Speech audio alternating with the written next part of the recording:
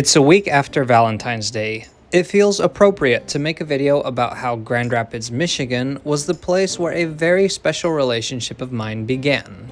No, not that one. Well, I guess that one too, but I'm talking about this one.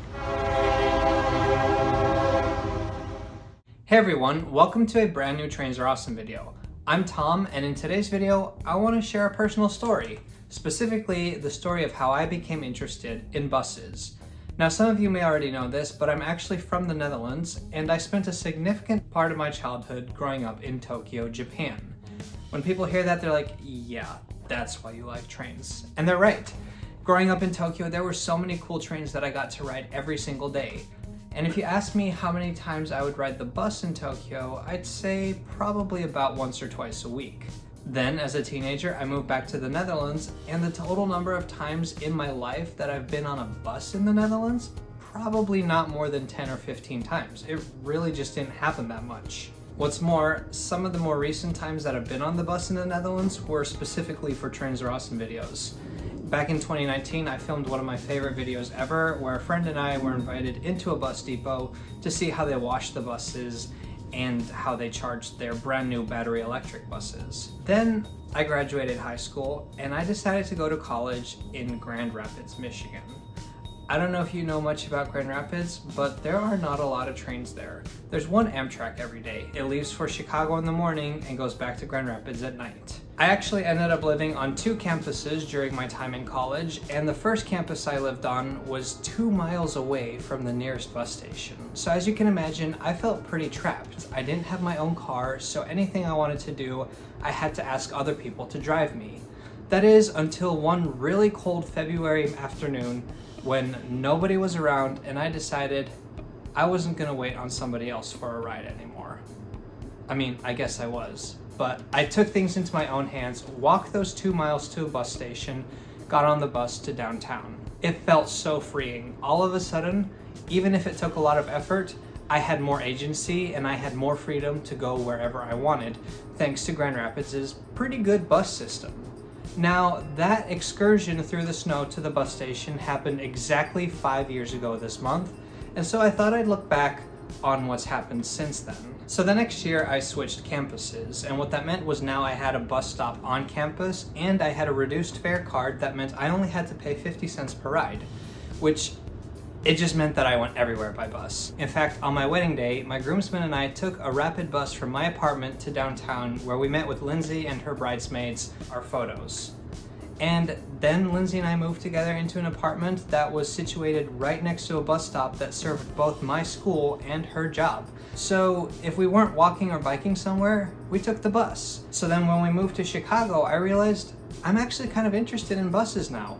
Still nowhere near as interested as I am in trains, but you know, I began to look at the CTA map and look for bus routes that looked interesting. Maybe they had a cool route, or I knew that they were using a particular model of bus. Maybe they would bring me somewhere that I'd never been before. And so I began to explore Chicago by train, but also by bus. And even now that I'm living in Washington, D.C., I've noticed that it's carried over. So I've already gone on a lot of cool bus adventures here in Washington, D.C. as well. Like I said, I'll always be a train guy. This channel will always be called Trains Are Awesome. But it's safe to say that my time in Grand Rapids, where I really became dependent on bus travel, helped me appreciate the important role that it has in public transportation, not only here in the United States, but in all the places that I've lived before. Now, to celebrate the fact that the video that got me interested in buses is 5 years old this month, I thought I'd go back to Grand Rapids. In today's video, I'm going to introduce you to the system, we're going to ride my favorite route, we're going to talk about all the things that have changed since that video 5 years ago. Finally, I'll talk a little bit about the future of the channel. The Rapid, which is officially known as the Interurban Transit Partnership, provides bus service in Grand Rapids and the neighboring communities. Bus service is divided into several categories. There are the numbered routes, numbers 1 through 15, 24, 27, 28, 33, and 44. These are just your regular city bus routes. Grand Rapids also has 2 BRT routes, the Silver Line and the Laker Line. The Silver Line opened in 2014 and the Laker Line opened in 2019. There are massive differences in quality between the two, something that I will address in a future video. During the school year, there are also a few supplemental bus routes as well. The city of Grand Rapids also contracts the Rapid to operate the fare-free downtown area shuttle, known as Dash for short. There are 2 areas with on-demand service, known as Rapid Connect.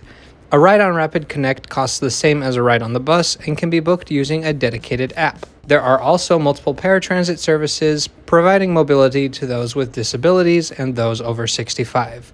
Finally, several schools have contracts with the Rapid to operate services. Grand Rapids Community College has the fare-free Route 60 circling the neighborhoods where their buildings are located, while Grand Valley State University has the 37, 48, and 85 acting as campus circulators. Then there's the 100, which runs 4 times a day all the way to Fair State University in Big Rapids, Michigan. Fares on the Rapid can be paid in cash using a Wave card or with a contactless payment card. Numbered services from 1 to 15, Route 33, 100, and the Silver Line all come together at Rapid Central Station, located just a little bit south of downtown.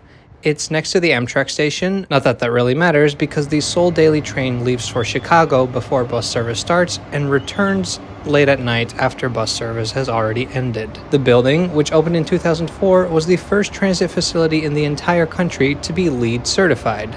Buses generally arrive and leave at the same time, a phenomenon known as a pulse. I prefer the term that I invented before I learned the word pulse, bus o'clock. This is done to improve passenger transfers.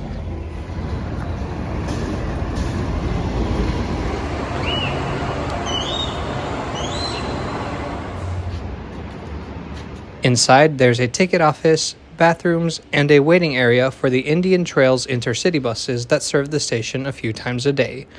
One of my favorite features of the Rapid is located here as well, a vending machine that sells printed schedule books for just $1.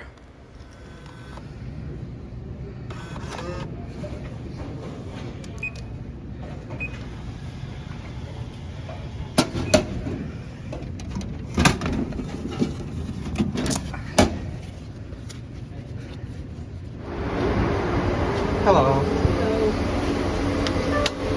So as I mentioned, today we are first going to ride my favorite route, number 6. Each bus bay at Central Station has a giant sign displaying the number of the bus so you know where to go.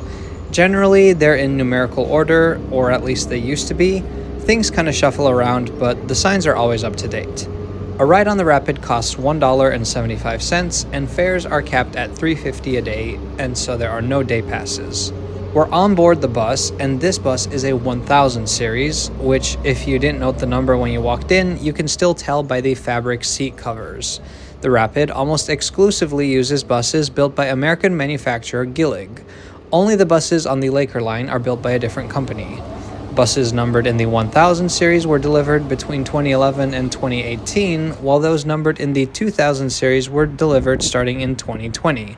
We'll be riding one of those a little bit later in the video. We waste no time leaving downtown behind us, stopping at a few stops near the arena and the adjacent streets, before scaling the city's most intimidating hill. Once at the top, we are in the Midtown and Heritage Hill neighborhoods. Heritage Hill is home to houses in almost every single American architectural style throughout history. In the 1960s, a large part of the area was scheduled to be bulldozed, but locals used the National Historic Preservation Act to sue the city, and they won. It was the first time that that specific law was used to save a neighborhood. This also just happens to be my favorite neighborhood in the entire city. It's great for walkability. Most streets are quiet, there is so much beauty in all the houses around you, and the best part is, you're never more than a few minutes away from a great store or coffee shop. Truly, the coffee scene in Grand Rapids is unmatched almost anywhere else. And I say this as somebody who doesn't even drink coffee. Seriously, the city is extremely underrated. There are so many locally owned businesses that provide great drinks and a cozy atmosphere, and many of them are no more than a 5-minute walk from Route 6. So what I've done for you is make a list of recommended stores, bakeries, coffee shops, ice cream places, and restaurants that you will find if you ride the 6.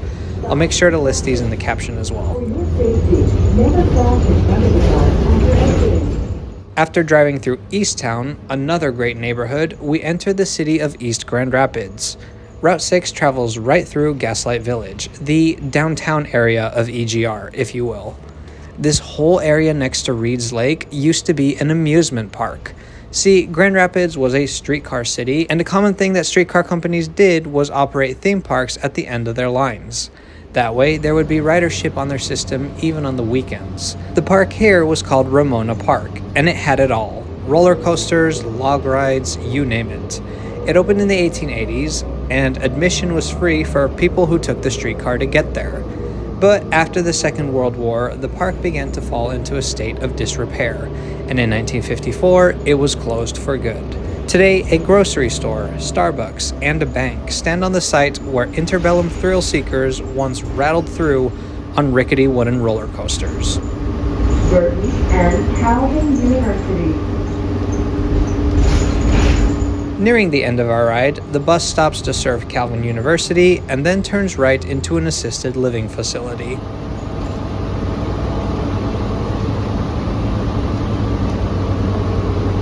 Almost exactly half an hour after we left Central Station, we arrive at Kentwood Station, an island of bus bays in the middle of the parking lot of the Woodland Mall.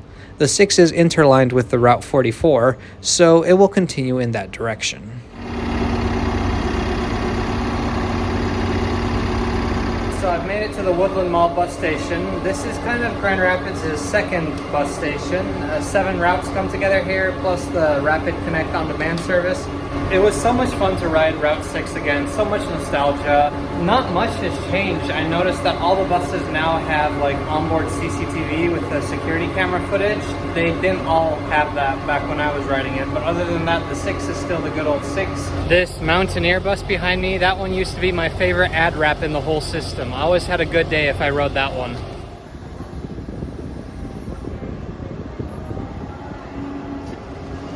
I just spotted my favorite bus driver. She used to drive my 6 every single morning, and so when I finally graduated college, I wrote her a card and I gave it to her. It was such a tender moment. It's been a long time though. I doubt she recognizes me. So, since it's been 5 years since I first rode the Rapid, I wanted to look back at the last 5 years and see what all has changed. On the user experience level, there have been quite a few changes. Most notably, in 2023, the Rapid became the first transit agency in Michigan to let people pay using a contactless payment method. You can tap your debit or credit card, your Apple Pay, onto the fare card reader, and you're good to go. Fares are capped, so as long as you keep using the same card, you won't pay more than $3.50 a day. All buses now also seem to have screens playing a live security camera feed on board. Previously, there were just a few select buses that had this. And the stops have color-coded stickers on them now, indicating which routes stop there. Okay, one other thing that I've noticed is that the Rapid seems to be embracing their interlining now. I just saw a Route 4 that I think at Central Station is going to turn into a Route 11. And it was saying continues as 11. It's like what Seattle does. As for the routes themselves, a lot has happened as well. In February 2019, many of the regular numbered routes were generally running the same as they do now, though some of them did have some different routings around their destinations. There were a few extra routes too, the 3 down Madison, the 16 to Wyoming, and the 18 on the west side. There was also a 19, a free route running down Michigan Street. Route 28 ran all the way down 28th Street, and there was only one BRT route, the Silver Line, which was fare-free downtown. August of that year saw a major change, the opening of the Laker Line BRT. The Laker Line and Silver Line services began sharing several stations downtown, and so a year later, the Silver Line was no longer fare-free anywhere. As 2019 turned into 2020, things were good. Most routes were running frequently, but as we all know, in March of 2020, COVID hit. The free Route 19 disappeared and to this day has never come back. Other routes saw severe frequency reductions. Just before the pandemic, the city of Grand Rapids had entered into a partnership with May Mobility, a company working on mobility solutions, to start a pilot operating self-driving vehicles. The pandemic put this on a hiatus, but by 2021, the pilot was up and running again. The first phase saw these autonomous vehicles running on the existing Dash bus route, supplementing bus service. Phase 2 coincided with the launch of an app that allowed you to hail a shuttle and take it anywhere in the downtown area for free. I made videos about every step of the project.